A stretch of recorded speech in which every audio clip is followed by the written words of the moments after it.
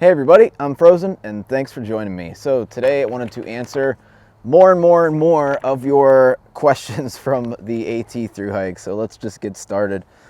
First question, are hikers satisfied with Frogg Toggs on the trail for rain gear?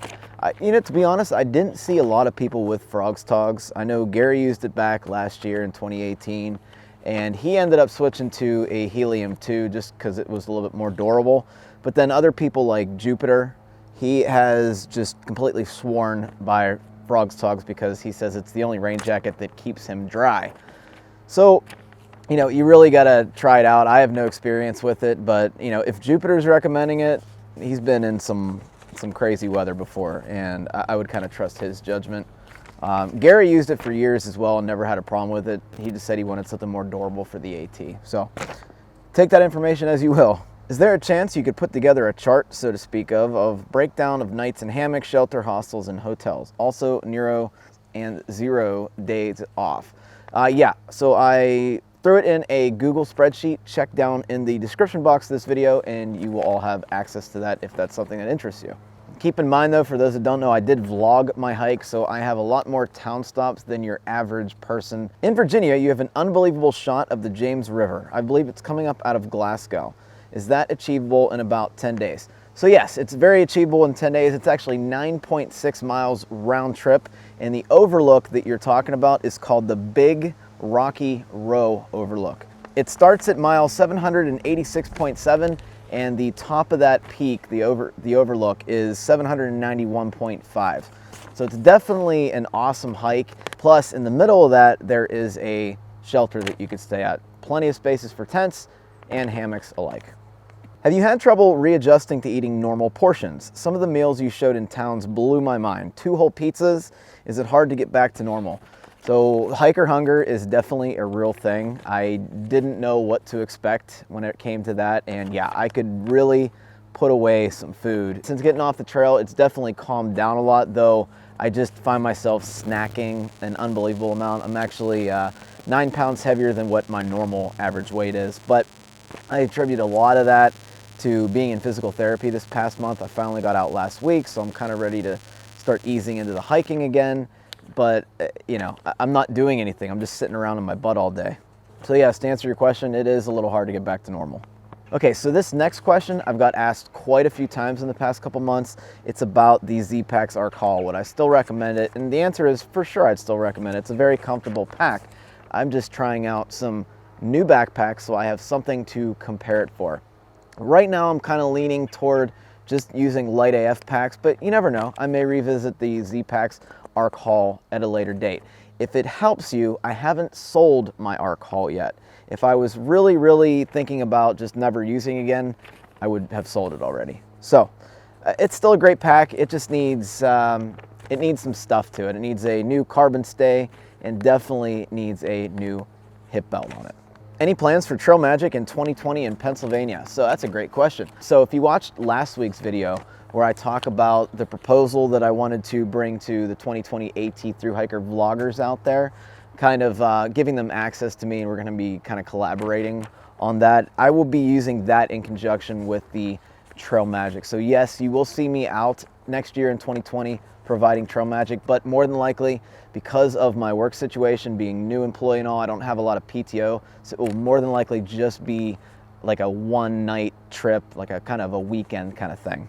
Did you ever have a problem finding a place to hang your hammock? No, I did not, but there are some times that I had to push a little further just to make it work. Say I was on top of a bald or a ridge, there just really wasn't anywhere to camp, so I had to go below tree line to do that. This was especially important in the White Mountains. How often did you have to go to the woods and dig a hole versus using a pit toilet? So for me, I brought a trowel along. It was the Chiwiz titanium trowel. It was perfect for the entire AT. There were random times, I'd say probably less than 10 times that I can remember that I actually had to dig a cat hole to go to the bathroom in. The rest of the time, the shelters are close enough, you can usually make it to the next privy or the next shelter area with the privy. And to answer the next part of your question, is an older woman safe on the AT? I would absolutely love to tell you yes. Just be mindful of where you are and who you're around. If you don't feel safe at any point, be sure to get back on the trail, even if it's at night, hike a little further down and just kind of get away from anybody that you find a little weird. I didn't have any problems with any weird people at all, but you know, we did have the murders of Stronghold this year, and that definitely, I think, scared a lot of people. I heard there's something else going on with the trail right now. I don't know the details, I haven't looked it up, but yeah, it's a scary world out there, but if it's something that you really want to do, you just have to leave yourself open to the risk. Now, the occurrences of violence along the AT is very, very slim. You really only have some rare occurrences, but rare occurrences do happen. Have you ever thought about hiking the John Muir Trail? Maybe it's a hike that Crissy would like to do. So Crissy and I have talked about doing a little bit longer trips. Nothing's really on the table or set up right now. I'm still trying to get back to hiking, like I've been saying for a while now. She is open to doing something like the Superior Hiking Trail we did, where around 200 miles, 150 miles, but she says she doesn't think that she'll ever complete a through hike. So whether the JMT's 300 miles or so is appropriate for her will have to be determined at a later date. But me personally, I would definitely love to do the JMT. I was wondering, how much did your vlog help with your YouTube account development? I'm not looking at subscribers at all. I didn't check. It was a decent amount. I don't know the numbers off the top of my head, but what I feel for the account growth, for having a hiking channel, being able to talk about my experiences on a through hike and kind of provide you my outlooks on certain things, I think helped the channel more than just gaining subscribers. So hopefully that answered your question. What are your thoughts on a bear bag versus a bear canister? Have you ever used canisters? What if you can't throw your line over the tree to hang your bear bag?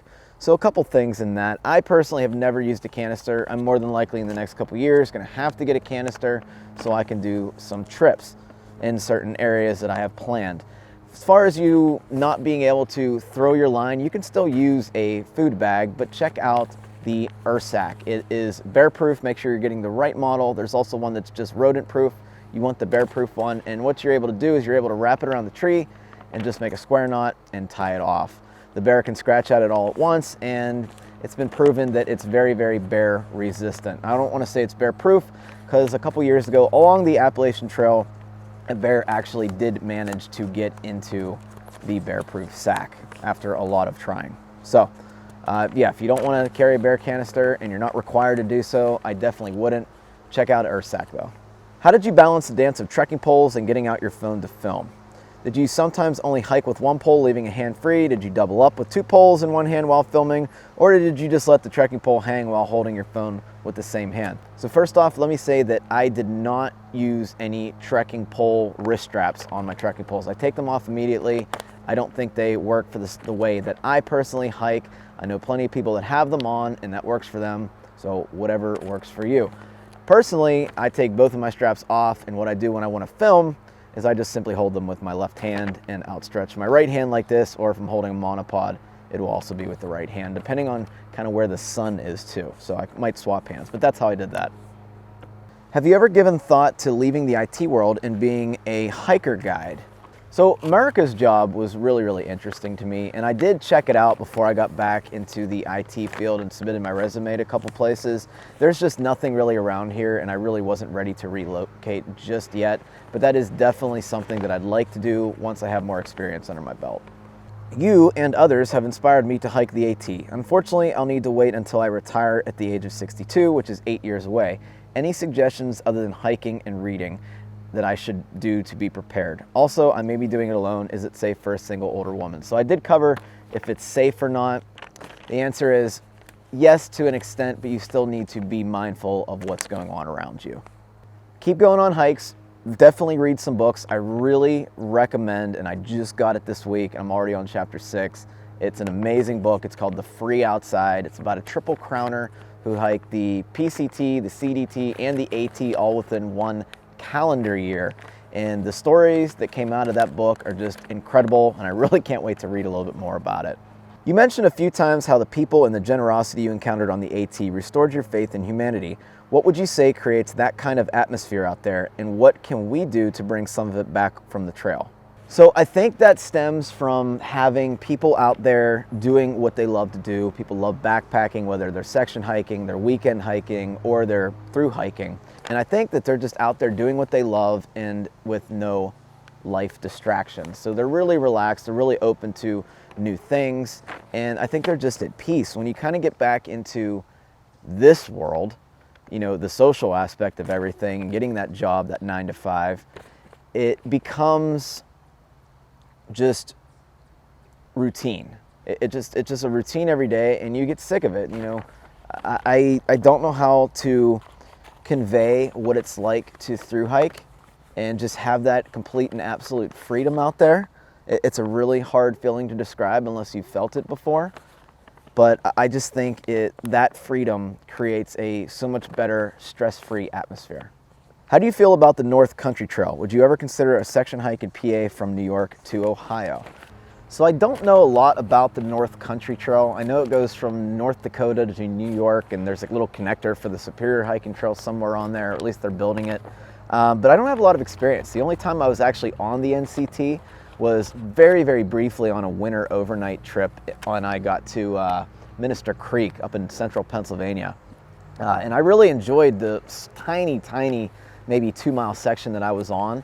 But yeah, I really have no knowledge on, you know, what else is in the trail. But I would love to do it sometime, obviously.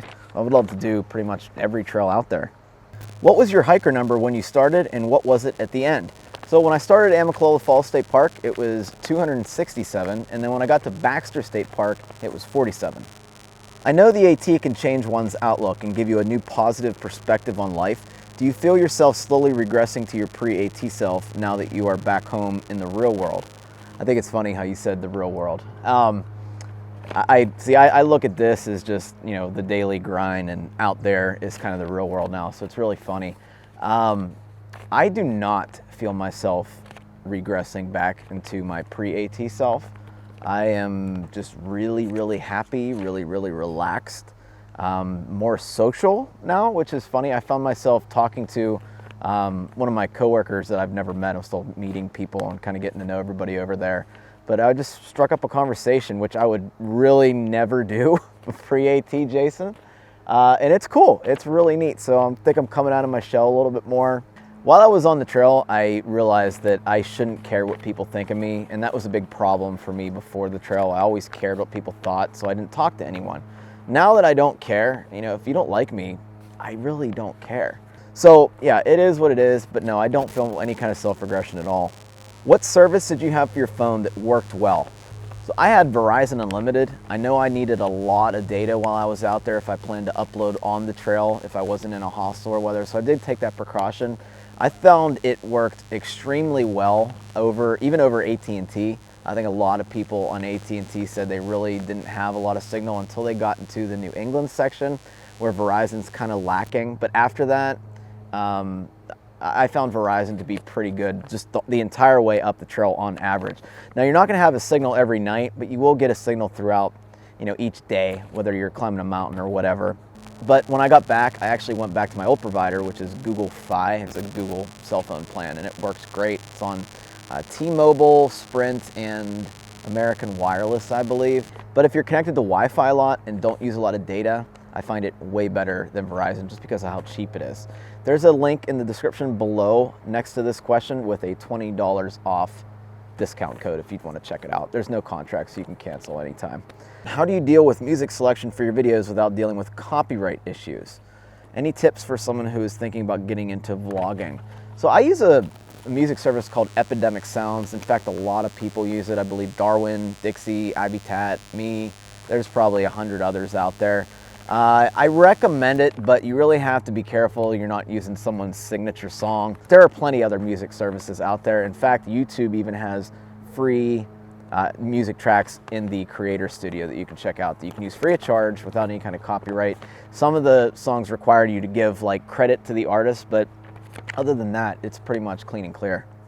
So that's all the questions for this month. If you have any additional questions, be sure to leave them in the comment box below. I'm still getting to the other Q&As questions. I'm just running them down. I actually have the list together for the next month of questions, so all should be well with that. But if you have any more questions, be sure to leave a comment below and I will get to you at some point.